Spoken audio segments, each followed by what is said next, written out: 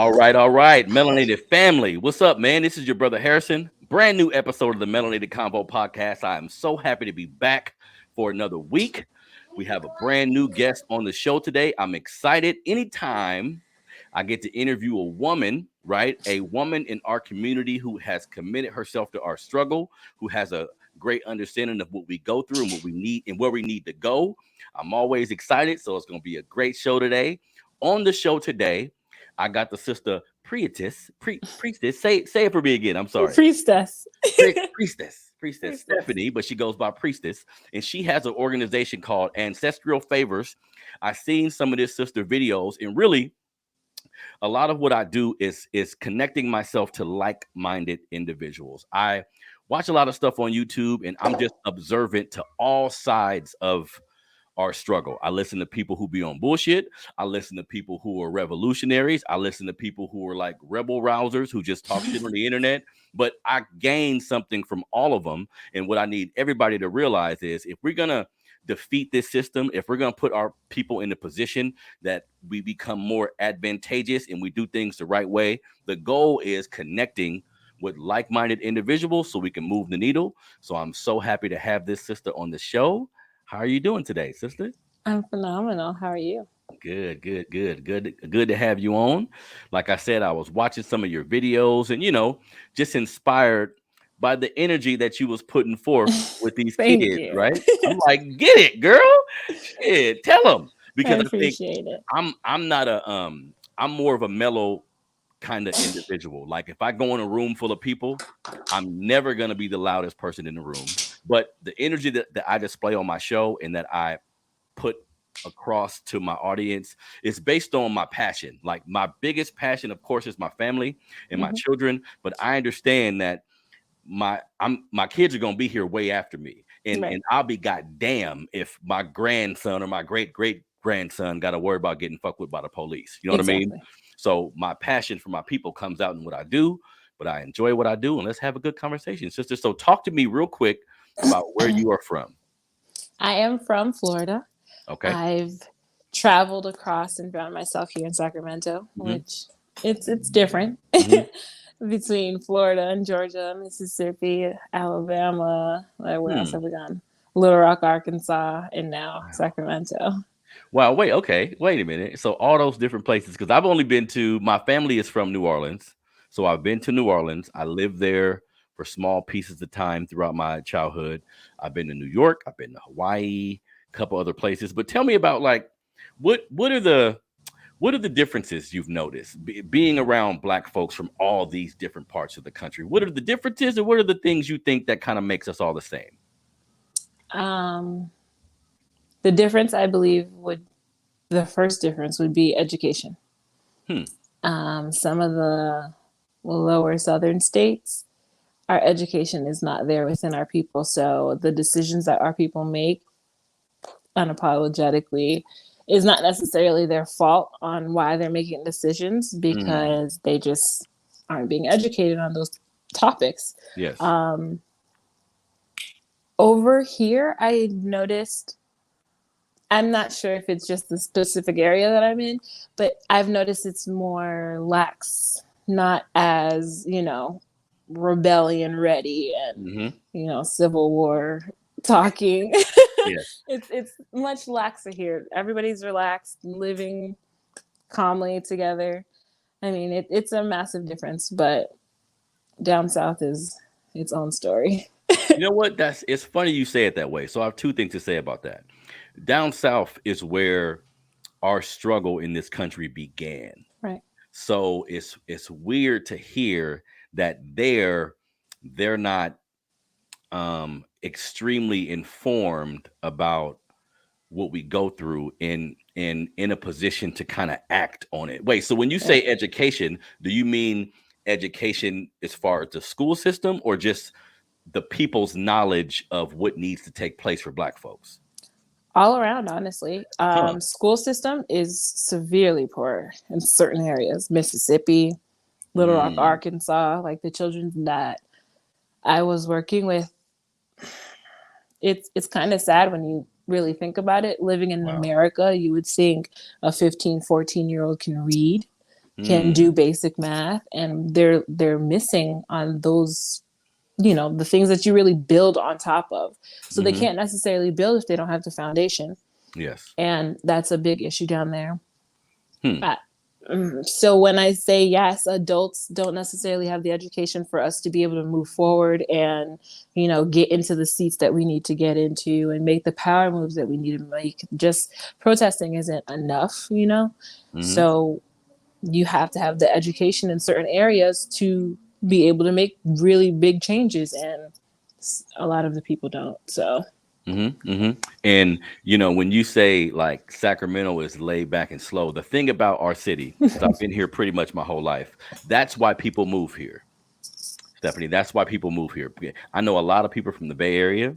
I know a lot of people from LA who come here, and they don't like it here. Like they're not like the nightlife is popping. I'm finna it's gonna be lit tonight. No.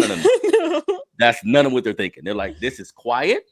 I can raise my family here. Right. Ain't a whole bunch of shit going on. You know what I mean? But then when you were saying the educational system is a little behind, it kind of makes sense that it's that way in the South, being that they want it to be that way. And I guess the farther you get from the South, the more advanced it is a little bit. But you're right. It's much. It's a struggle. Yeah.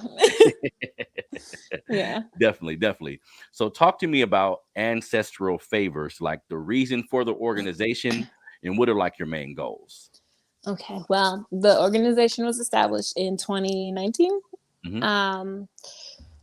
I started it because I watched, was it 19? I'm not sure. It's been so long now. Well, George Floyd. Quickly after George Floyd, I watched that entire situation. I opened a nonprofit in hopes to go around the country. Well, I started in Florida, to go around the country and find a way to start fixing the situation within our kids. That way our future is more secure, because it's difficult to give people knowledge and speak life into people that have already seen so much trauma, that have already been through so many different issues. You're kind of talking to a brick wall and trying to chisel away at it every day. Now, mind you, yes, that's very necessary, but our children are still untapped. Our children are just beautiful soil ready to grow beautiful flowers, and we forget that. I don't, a lot of people forget children. Children are the future, like they always say. And the children pretty much catapulted me doing everything that I'm doing and growing into what it has grown into. It literally came from just the love of the children and trying to find a way to see if we can deal with this scenario and not have another George Floyd in 10 years, not have another George Floyd in 5 or 10. 5 months, 6 months, So that's pretty much where I started and began. That's great, because you're right. The children are our future, and it's planting seeds in our kids can get us where we need to go. But check it out, family. Everybody listen to my voice. She being nice to y'all. Some of these old Negroes be on some bullshit. I'm sorry to say it that way. So I think the whole saying you can't teach an old dog new tricks. I don't think that's true. I think if the old dog know he doing old tricks, then maybe he'll want to learn the new tricks. But it baffles me sometimes, because I'm around in the businesses that I involve myself in. Thankfully, like for me personally, I'm not in corporate America anymore. So everybody that I'm around is Black for the most part. And what I've noticed is older Black people, and I don't care if anybody that be around me that's older is listening. I hope you are, actually. Older Black people, sometimes they're stuck in their ways, and they are more I want to be nice here. They're more based, their faith and their movements is based in Christianity at times. And I I used to be hell on when I first came into knowing a lot about our country and how shit happened. Like a lot of people, I was angry, right? So I used to be hell on a Christian, like no, regardless of your age. I used to be hell on a Christian. Now I'm more along the lines of whatever you're using to be a better person. I don't care what it is, as long as it's not hurting anybody. I'm okay with it. But a lot of the older people I'm around, at times they use a lot of the Christian faith to put themselves in front of our struggle, meaning they think, I'm gonna just pray and when I die, it'll be better, not realizing we dying right now on earth, so we need help. You know what I mean? So I think some older people can be changed, but some of our elders, because I don't, if you're 65 and you're around me, I don't call you an elder. Elder is a person. You don't have to be successful. As long as you learn from your experiences and you can articulate what you learned to me to assist me in some way, you're my elder. But I'm 41 years old, everybody listening to me. And I know older people. I used to think when I was a kid, when I see a 30-year-old or a 40-year-old, damn, that's a mature adult. No, it isn't. It's just a 30 or a 40-year-old. If you haven't learned from your mistakes, you can actually be 15 in the mind. You know what I mean? So getting to the children is important. So I really feel you on that. Now, on some of your videos, I seen you talking to the kids about and I seen just some of the pictures around, and you focus a lot on the police brutality and how we're treated by authorities, which is a great thing, which is something that we have to address. So tell me, and I'm basing this on one of your videos, what are some of the steps you think we can take to mend the fences with the police departments around us, if it's even possible? Yeah, I had to take a deep breath because the steps that I thought were the right steps for us to possibly take, trying to build relationships with our departments, come on out. I've done a couple community barbecues where the police would just come out, have a good time with the kids, play basketball, shoot some hoops, whatever the case may be, tennis, whatever. Bounce houses, and the kids get to see the police officers in a different way, have personal conversations with them, and let the police officers get to know the names of the people that they're policing. Because a lot of the time, officers don't know the person, and then they say that they're scared. But if you knew that person and you were in the community and you're actually policing, you would know that person wouldn't hurt you when you come into a situation, so you wouldn't be tempted to just draw your gun, because you know that person has a name, that person has a story, because you've communicated with that person. But if there's never any kind of communication, there's never any kind of humanity in the situation prior to a chaotic situation, then obviously they're gonna handle it in a different manner. I can't necessarily say that works because I've done it and I've seen the same things. So I might not be the right one to ask. I mean, we just continue doing what we're doing, and hopefully one day it will change. That's a great attitude to have. And no, I'm not being facetious. I'm serious. I think any attempts I see my people making to make corrections, I think you just learn you just learn during the process, right? You learn what works and what doesn't work. But if you don't try certain shit, then you're not gonna know it don't work. I think this is my whole philosophy about how we're treated by white people, like fuck cops, just people who don't live around us, right? Right. I think one of the biggest reasons, and I always say this, in large numbers, white people and black people do not live around each other. That's a fallacy. We think because we can go to the same store, go to the same movie theater, go to the same school, that we are communicating with each other and getting a feel for who we are. I think that's a crock of shit. I think in large numbers, they don't live around us. So I don't know if this is even feasible, but I think police departments should institute specifically for urban communities. Maybe you have to live amongst us. And this doesn't mean you have to be someone black. I prefer it to be a brother or a sister, but all skin folk ain't kin folk. You know how that go. But I prefer if you lived around us, or if you live in Roseville, you actually live in Roseville. You went to high school in Roseville. It's no fucking reason you should be in South Sacramento policing the citizens, because melanated people with melanin, everything about us is different. Our vibration is different. We move different. We talk different. So some of their fear is just based on the fact, like you said, they don't know us. But even if you train them, like the whole sensitivity type training, not sure if that'll work.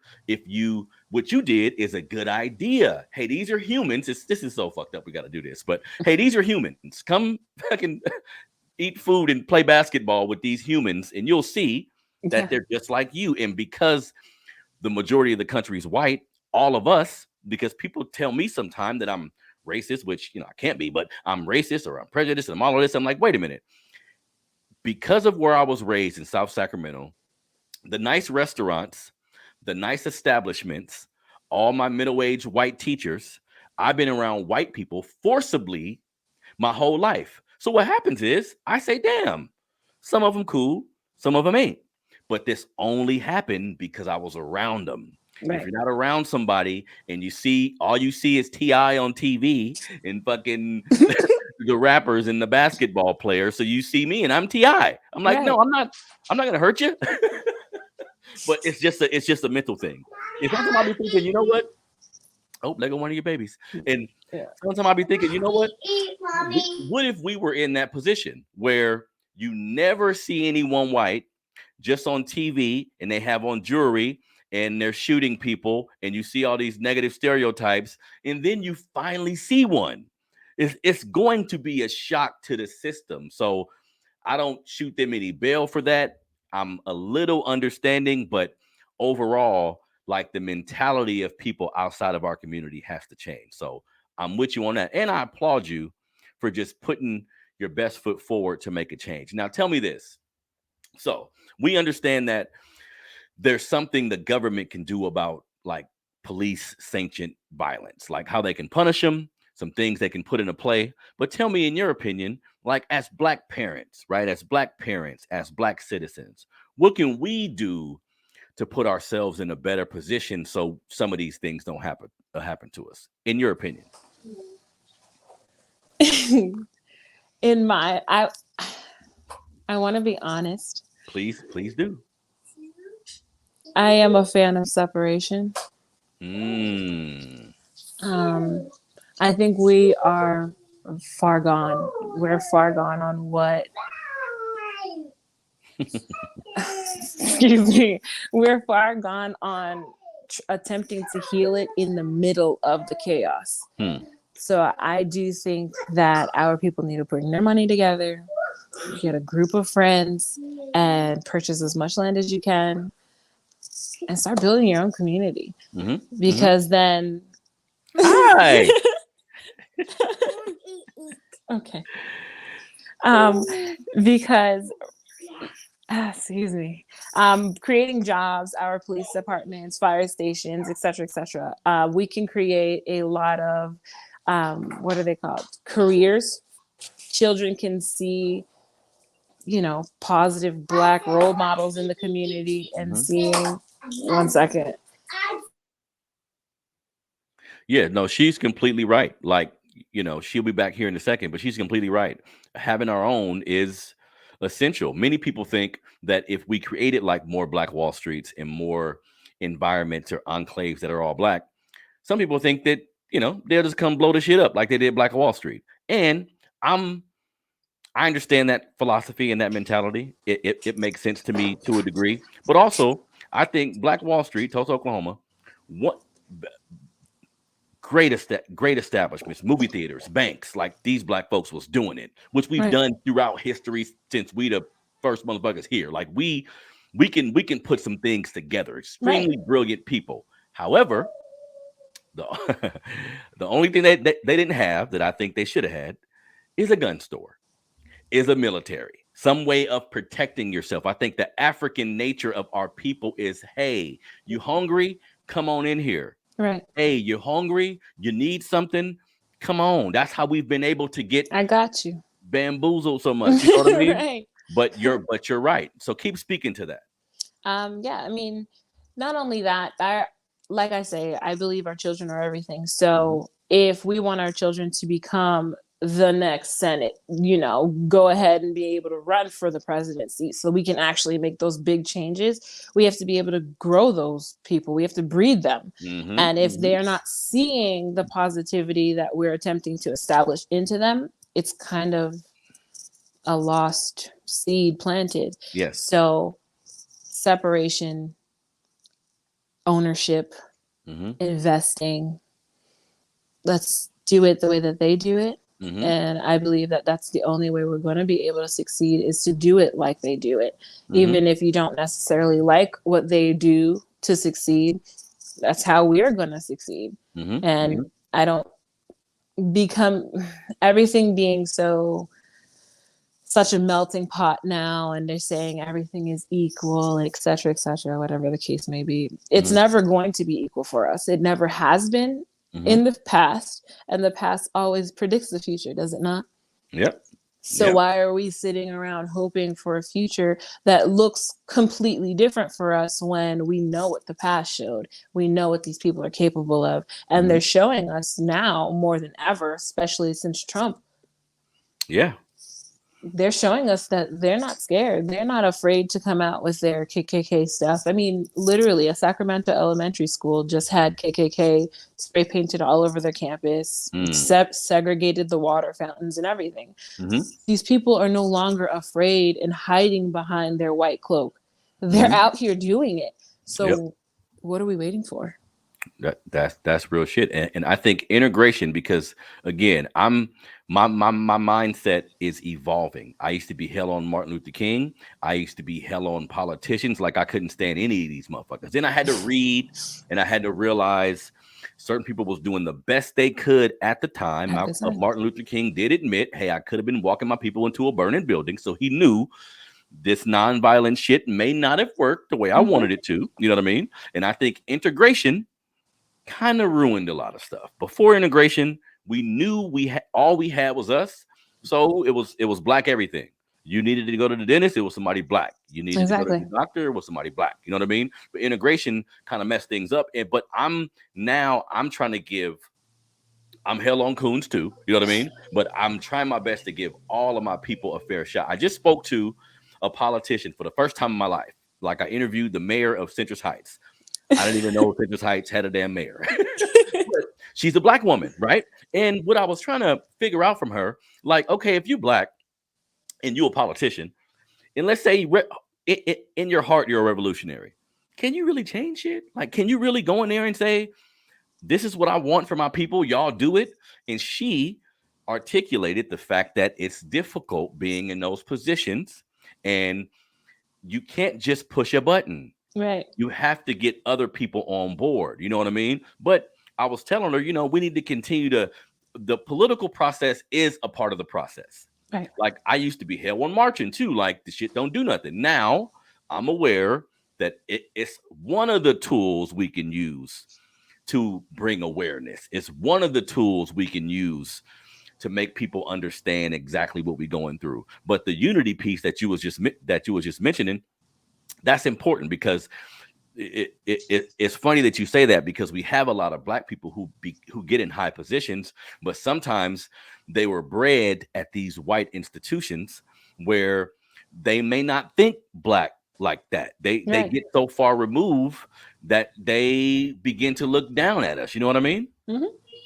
They see what they're taught as fact, but not everything that's taught is true. Definitely. So, a couple other things I want to touch on with you. So we talked about the police brutality piece. Now, what do you think about, like, when you look at our communities and how we relate to one another? Because sometimes, I'm always on social media because of what I do, and I see people mention, black men and black women can't get together. We having all these kids out of wedlock. Now, we know some of these statistics and how some of this shit is framed isn't true. But, like, what's your overall thought on how we relate to one another as black women and black men? I think it depends on where you are, first and foremost, because I see a lot of beautiful black couples. I don't know where we're coming from with this. Black people, black women and black men aren't having healthy relationships, because that's not true at all.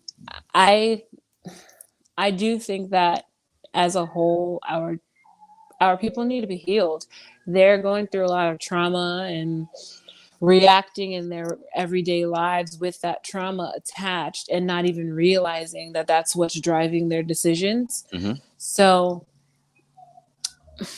yes, I do believe that we have a lot of single mothers out here with children. Yes, I see certain men not being a father figure that they should be, or whatever the case may be. A lot of men are also incarcerated. That's another issue. So, I mean, there's a lot that goes on top of it that's stopping more Black families. But for the men that are out here, that are willing to be a family member and that do want to be in a Black relationship, a healthy Black relationship, just it begins with looking within. If you start loving yourself, then you will attract a whole woman as well. You know, same thing for a woman. You start loving yourself, you will attract a whole man. And it won't be a situation where it's two half people trying to connect, because it doesn't work. And, you know, now we're creating a child in a situation that wasn't going to work from the day one because we weren't whole coming into the situation. Yes. So healing is my answer for that. No, that's you're completely spot on, sister. Healing, understanding mental health. That's why okay. So I think certain Black people in our community, they get to a point where they find themselves, or they get to a point where they want to do better. And a lot of times this comes by way of religion. Right. Like they find God and that turns them into a person that wants to do better or whatever. Right. I think, and this is, I don't give a shit who don't like this. I think before, I'm not saying not to be in touch with your creator. Right. But first thing we got to do, just being beings on this earth with everything that we've been through. I think first you got to get in touch with history. Right. Like you were saying earlier, so you don't repeat it. So understand like that we were breeded as slaves. Understand that our psychology was done to us on purpose. Now, this isn't to make an excuse. Like you can't say I was a slave. They disenfranchised me so I can just go out here and do whatever the fuck I want. That's not the thing. But if you learn about all these things, I think it'll put you in a better position mentally, because like you just said, there's a lot of half people you're not whole. You don't know who you are. And I speak to this vehemently because I was one of these people. I'm 17, 18 years old, no father around. I have brothers and a mother who's trying their best, but I'm looking at an example from my brothers who are, you know, like womanizers to a degree. And I'm looking at my father, who was kind of the same kind of man. So this is my upbringing, and this is what I'm being raised to see. So all of us end up having kids out of wedlock, not understanding the beauty of a family structure. You know what I mean? Mm-hmm. Because many people say, hey, you have to be married or whatever. I'm not pro-marriage. I'm pro-healthy relationship.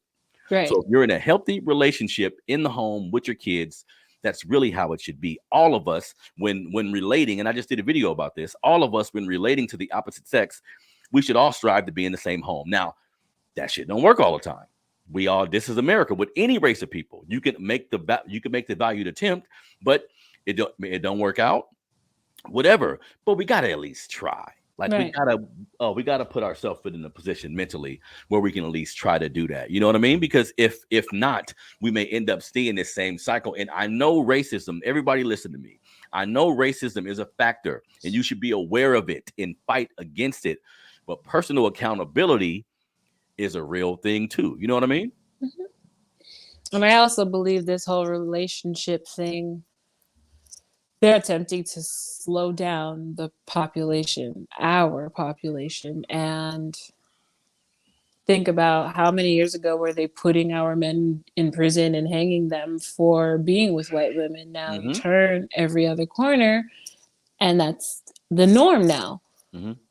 But then when you really think about it, should that be the norm, or did they place that to be the norm? You know, the situation is so layered. Mm-hmm. We just keep pulling layers back, hoping to find out the truth. But when you really look at it, you don't know. Mm-hmm. I'm not saying that everyone is wrong and everyone is part of the plan, but mm-hmm. people might be used in the plan and not even realize that they're part of the plan. Very true. Very true. Because I do videos about interracial relationships a lot, only because it fascinates me. And I've come to the conclusion that I don't mind if a black man dates a white woman or a Mexican woman. I just think you should be rooted in your blackness. Now, I'm not going to lie and say I don't prefer my sons to bring home a black girl or a black woman, I'm never going to back down from that. Other races of people do the same thing. Right. A lot of I went to a college in Roseville that was pretty much all white, and what I noticed is their mentality was, as a young person, I'll have fun with whoever I want to have fun with, but try bringing this nigga home to mama when it's time to get married. Yeah. They ain't gonna have. So we shouldn't be afraid to say, I prefer my kid to bring home somebody that looks like me. I think sometimes being in this society, when I'm learning from being someone who speaks about racism, being someone who openly talks about a lot of this shit, people around me, not a lot of people, but there are people around me who be like, shh, like, stop all that. Like, you gonna make them mad. Who the fuck am I gonna make mad? Being unapologetically, outwardly saying, I love my people and I want to do whatever I can to improve our standing. There's nothing wrong with that. No. And if somebody has a problem with that, maybe they got some issues they dealing with. You know what I mean? So I don't mind my brothers dealing with somebody white. Just think black, like date white, but think black. Because I know, like, I'm a and I bring this brother up a lot because I love him. Dr. Umar Johnson, he creates this. He's hell on black men who it's entertaining to me, and it's kind of funny. And I don't disagree with his stance. His shit is like, how you love us if you don't love us? How you love us if you're not laying down with a black woman? Now, throughout history, I'm aware that there's been black men who have white wives, Mexican wives, Asian wives, who still did good things in the community. You know what I mean? So I don't mind it, but I'm not gonna act like I don't prefer if we stay with our own. There's nothing wrong with that. Not only that, but when you go home, the person that you go home to, in my opinion, this is just a personal opinion, the person you go home to should be able to understand your struggle when you step out of the house. Now, from personal experience, yet again, I know someone who is a black man in a relationship with a white woman, got pulled over, roughed up, slammed into the car, etc. He got home and she kept asking over and over. And it went over everybody's head until the amount of times that she asked the same thing. It was like, why are you worried about that? You know, it doesn't even matter. What did you do? I knew that was the question. What did you do? Yeah. Like, why did he come on? You telling me you didn't do anything? Yeah. But that's the person that you're going home to. So if they don't understand it, you can't fault them because that's not their struggle. That's not what they see. Yeah, they see it on the news, okay. You know, but living it is completely different. You can't get upset when you go home and you can't really speak the way that you want to speak, or you have to sugarcoat some of the words in your mouth. That's a thing. That does something to your mentals. It does. And I have a friend of mine who, a really, really good friend of mine. Of course, I'm not going to say his name, but he has dated like women outside of the black race. And now he's single. He's out there dating. And for the first time, he was with not the first time, but for a long, it's been a long time. He had a black woman, and I said to him, because how I feel about our people, I give it to people around me in doses. Like, it may seem like people see me doing this and think I'll be on the street preaching to everybody. That's not the case. I'm actually really reserved. If you don't want this work, I don't give it to you. Right. That's where I'm at now. Like, if you don't, I'm not going to just be in your ear talking about all this black shit. Now, if you ask me, then I'm always going to give you any information about any part of history that you want. But my friend, I asked him, I said, hey, I see you, you got you a sister. Was that purposeful? You know what I mean? Just trying to pick his brain. And he admitted the cultural differences. If you're in touch with your culture as a black person, the cultural differences can be a thing. I just don't like it when sometimes brothers are comfortable in that position because they're not attached to us anyways. Right. So they get with a white girl and they be at a party or something where it's them and hella white people, because that's always a barometer. Like, that's like how you test your blackness sometimes. If it's you and hella white folks, what you standing on? What you gonna talk about? And I know black men who be in that position and they gonna hear the black joke and laugh. They gonna hit because they white folks will direct the shit at you. So what do you think about George Floyd? You feel me? And it's all them and you got to be able to stand on your own Stand too true, right? and stand true about what you with. But sometimes if you do stand up, you probably wouldn't be in that position anyways. Because I think we have Caucasian, Mexican, we have allies, but you have to establish that. Like you have to initially, when you are courting a woman, for me, this is what I would do. Like if I was single again and I had to be out there dating and it was, and I'm looking for women or whatever, if there's a woman that's not black, then that's going to be, I'm going to wear it on my chest almost. Like this is how I feel about my people. And if you are indifferent, then we're not going to be able to work out. You know what I mean? Right. We need to be able to like stand on that, which is extremely important to me. Now, something else, like, what do you feel about our mental health? Like, do you think that black folks need to go to psychiatrists? Do you think that's good for us? How do you think we should handle growing up with one parent, growing up with parents that are on drugs, growing up in environments where there's no resources? Some of us think the answer is running. Like, soon as I grow up, I'm getting the fuck out of here. What do you think is like? How should we deal with the mental health aspect of our community? Well, first of all, let's never run. Running is not good for you. But yeah, we definitely need to talk to someone. I know that some people may say it's too expensive, doesn't do anything for me. I'm just talking. When you get it out, you can understand it better for yourself. Whether the person you're sitting and talking to understands your struggle, whether they're giving you really good advice, just the words coming out of your mouth has your mind understand it in a different way. That way you can now take it in and understand it, dissect it, chop away what needs to be chopped away, and heal it and learn from the thing that's been eating at you. Because everything that comes into our lives is here for a reason. We're either meant to learn from it or propel from it. And if you're not propelling from it, that means it was a failure and you're supposed to learn something from it. A lot of people don't close things because they never learned the lesson. So yes, mental health is a big deal. And yes, we do definitely need to go speak to people. It doesn't matter who you speak to, just speak about it. Don't hold it in and don't run away. That doesn't help anything. Definitely. And I think the idea of speaking to an impartial person who won't judge you, there's beauty in that. Because I know people who may go to like a bar or something, right?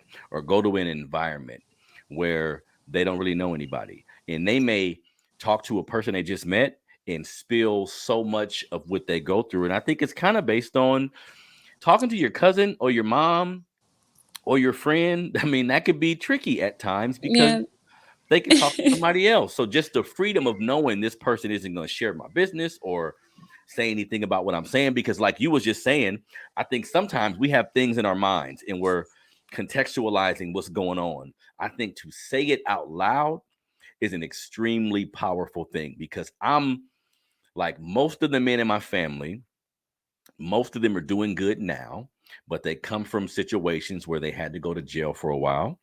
They had broken homes. They had to participate, how can I put it, in certain levels of violence to survive, right? So I be telling them, like, we need to go talk to somebody. I think if you're in a neighborhood and you had to hurt somebody, let's say, because we look at the crime that we do to each other. It's not black on black shit. Crime is proximity based. We know that by now. But the things we do to each other, if you're a brother that for whatever reason had to harm somebody, whether you beat the shit out of them, you shot them, whatever, the person you hurt is dealing with that, and that's some trauma they have to deal with. But most people don't look at the trauma of the person that inflicted it. If you had to actually use a weapon against someone, this is a brutal act. This is why people in the army come back here and they be all fucked up. This isn't normal to inflict certain types of pain on people, and especially to see what happens to them afterwards. That's trauma. That's you got to go talk to somebody. You got to do something. You know what I mean? Instead of just like self-medicating. Right, of course. Oh man, self-medication. No. Yeah, it just definitely needs to be spoken about. First of all of us, go through post-traumatic slave syndrome. Yes. If you don't know about it, you should definitely learn about it. So that alone, dealing with post-traumatic slave syndrome, and then adding on top of it the environmental crime or all the other things that are being added onto it. Domestic violence is a big deal in our community as well. So adding all of those on top of it, I mean, there's so much that you can heal by yourself. It's not, you'll be chipping away at something for years that could be healed in a matter of 6 months, 3 months, whatever the case may be, because everybody's different. But you can deal with it in a much shorter time frame. You can get away with it and move on with your life and leave it behind you and learn from the lessons, because there's someone else there to be able to pull things out that you might not have been able to see. You could talk about it all you want with whomever you want to in your life, but they can, people take your commentary and run around with it, or they'll know you so personally, they'll try to give you advice that they would do in your shoes that might not work for you. And it's simply because they know your life. They know how you deal with things. It's always good to speak with somebody that does not know you personally, that's outside of your home, There you go. It's important. Yep. And Black folks, be aware, man. Like if you grew up in a certain environment and you didn't have nurturing parents and you didn't have resources, this is white supremacy, family. Now, I'm not telling you this to use it as an excuse to go out and do anything negative or to wallow in your misery. This is to let you know that there was a system put in place to put you in the position you're in today. So be confident in the fact that no other group of people in America had to go through what we go through. This doesn't mean I'm not sensitive to what Jewish people went through or went through, what Asian people had to go through. We all had to deal with different forms of white supremacy in this country, right? But there's specific things that have taken place, and many people tell me, like, quit talking about it. Slavery was a long time ago. Fuck slavery. We talking about Jim Crow. We talking about redlining. We talking about the actual creation of ghettos. Ghettos were created in America. I know older Black people in the Sacramento area, 60-something years old, who can tell you, when I got to Sacramento, I wanted to buy a house at Elk Grove. I had the money. I had the capital. I had a good job. I wanted to buy a house in Elk Grove. They told me I couldn't. So now I'm in the Meadowview area. Now I'm in the Pocket. Now I'm in these different areas. And we were kind of forced to be in these areas. This is a real thing. And they still, look, I seen a video in an article maybe 4 months ago about a couple who got an appraisal on their home. Black couple, young couple, got an appraisal on their home. It was just them. They had their Black pictures up and all they shit. They got one price, let's say $175,000. They had their white friend, a female. They took down their pictures, had the white female do the appraisal again, and the house was valued at like $375,000. So you mean to tell me that's $200,000 in America? Fuck what they telling you. Wealth, for the most part, is accumulated through real estate. Yeah. So the wealth gap in our country is a purposeful action that was placed on us, and we need to be aware of this. We need to be aware of these pitfalls so we can try to avoid them. You know what I mean? Definitely. We need to be educated, organized. Yep. That's the only way. Yep. And I think unity comes in different forms, but there needs to be a unification because, like I said, I'm getting better with my coon problem. Like if I see you're on TV or you're in a position of power or whatever your walk of life is, and it seems to me that you're purposely or even unknowingly hurting us by your words or your actions, that bothers me, because when we look at all of the slave revolts that were thwarted, like hundreds upon hundreds of them didn't work out because some nigga thought white ice was colder, and meritorious manumission and all these things that had Black people thinking, if I tell on somebody, I'll get a better seat in the house or I'll get a better position on this plantation. You know what I mean? And a lot of Black folks still got that same mentality, but I'm getting better. Like now I'm practicing reprimanding them in private. Like I don't want to publicly discipline you because everybody's watching. So now I'm trying to get to a point where I say, okay, if I can actually reach out to this person, or hopefully people around this person is pulling them to the side, like, hey, what you're doing is kind of fucking all of us up. Because the public fighting, the public spats, because I'm in a position now where I'm talking to everybody, I'm trying to be the best example possible. But, you know, Haiti in 1804, if any of you guys don't know, Haiti, they won a war in 1804. They beat the French, a lot of white men. they were successful. And the reason why they were successful, and I'm gonna always say this needs to be stated. Before they sharpened their knives and was ready to die for their country, they said, wait, we about to run out there. But before we run out there, let's go find all the coons. Let's find them. We got to get them first. If we don't get them first, then they gonna make sure this shit don't pop off. Now, they killed them. So I'm not saying we should kill Charles Barkley. I'm just playing. It's a joke. Okay. It's a joke. Okay. Shit. I'm saying we need to be aware of where they at. Yeah. and sit them in a corner or something. And shit, your ass don't move till we done, or until you can prove your worth. I'm being funny, but like the level of unification that we need is a serious thing. You know what I mean? Yeah.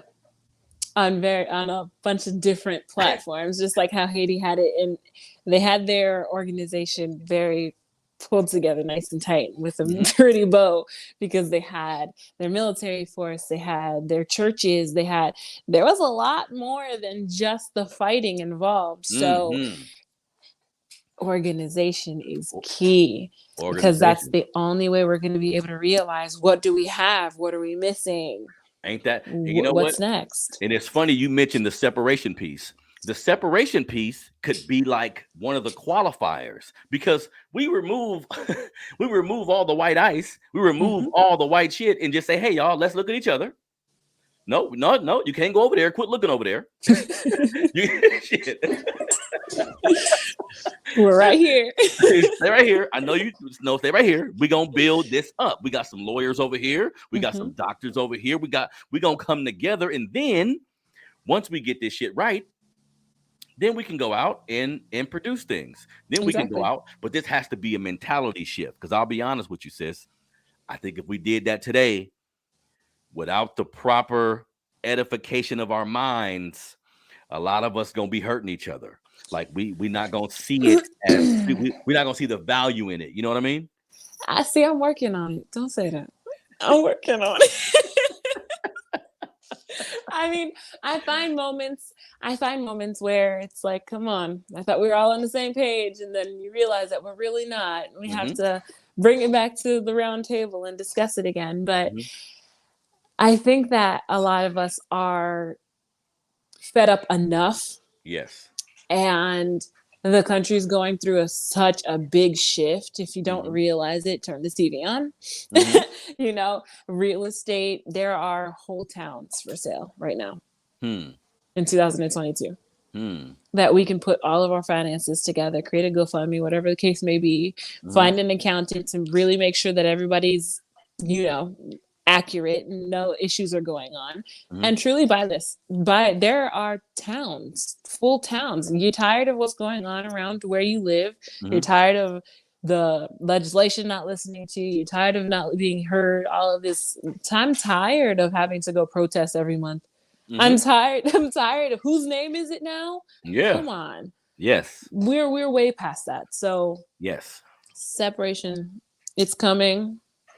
I don't mind it. And I think everybody has to be willing to make some sacrifices. I know sometimes what I do, I know if I got on the internet and I talked about hip hop a lot, or if I just talked about what's going on in the news, like with the rappers and the goddamn video vixens and all this stupid shit that people consume themselves with, I know having fun and releasing yourself from your responsibilities and just having a moment where you don't have to think and you can just relax and laugh. I know there's a place for that, but sacrifices have to be made to get us to where we need to go. Of course. That's why I'm so big on history, because some of these individuals from history, Malcolm Martin, Medgar Evers, these individuals died in their 30s. Like they committed themselves to our struggle. Some people think it was for nothing. I think it was for something. And I think all of us have to continue to fight. You know what I mean? So I appreciate you coming on the Thank you. show today, sister, and having a conversation with me. I Conversation, appreciate you. no worries. Conversations like this are necessary. We They always are. have to find a space to have these kind of discussions. I think it's just like one brain at a time. You know what I mean? Maybe it's Walk the one away. person who wasn't aware of certain things, or they didn't know how bad it was. I don't know how the hell they didn't, but let's just say they didn't. You know what I mean? Yeah. think I think conversations like this, and sometimes when I speak with like an elevated tone, sometimes I'm just trying to wake up my people. I speak, and how I talk is how I talk. Like I use profanity, I use nigga, I don't care about none of that. I'm well versed in how to speak in any room I'm in, but I know how my people are. So sometimes I'm just trying to shock their damn soul, Right. so they can realize. Wake up. Wake up, because I look at some of the young dudes in our community, sis. Like I consider these brothers our warrior class. Like the young brothers who will pick up a gun and fucking shoot somebody and go have a hamburger. I say, dude, that's not right what you did, Right. but we can use you. Definitely. Definitely. If you're willing to do that for the community, because think about that. Like I just did a video about this too. If we look at Trayvon Martin or any of these individuals with cops, YouTube world, I'm not promoting violence.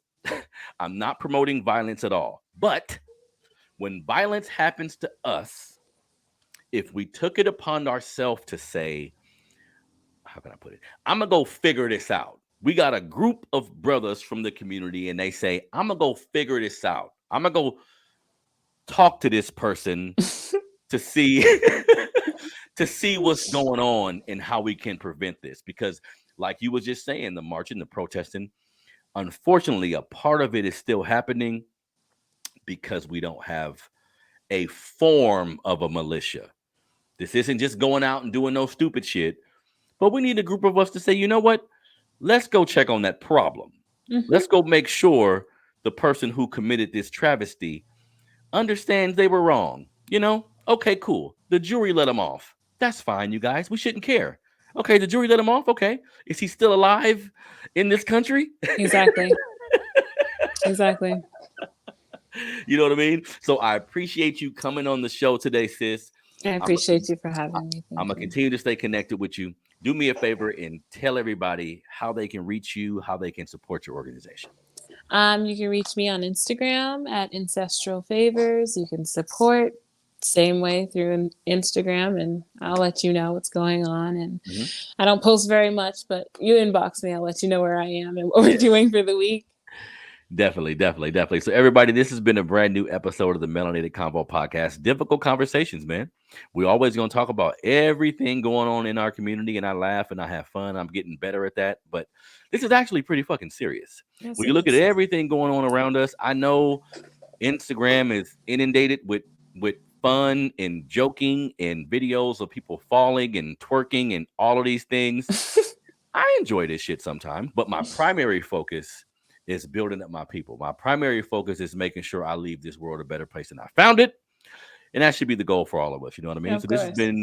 This is and digital platforms, Overcast, Apple Podcasts, Spotify, Google Podcasts, Facebook got a podcast app now, and my numbers are going up there. So I appreciate everybody. Please do me a favor and leave a review. Even if you don't like it, I'll comment as long as you have a picture. That's my rule, everybody on YouTube. You YouTubers are very disrespectful. You people on YouTube, you're lucky I'm 41 now, because how you talk to me isn't cool. You know what I mean? So you guys talk so much shit. I don't comment or I don't reply to things. But if you're respectful and you have a picture, because I'm showing you my damn face, it isn't fair. If you can have just a weird little something on your I need to see who you are, then we can have a conversation. If I need to improve things, if there's something you want me to talk about, whatever the case may be, let's conversate. Like I always say, a lot of our disagreements, a lot of the things we go through with different races of people, even with our own people, sometimes it's a communication thing. And sometimes the best way to get over a communication hurdle is just by having a conversation, family. Right. Everybody listening on YouTube, continue to subscribe, continue to like the page, continue to share all the videos that I do. I really do appreciate everybody. everybody. This is your brother Harrison, the Melanated Convo Podcast. We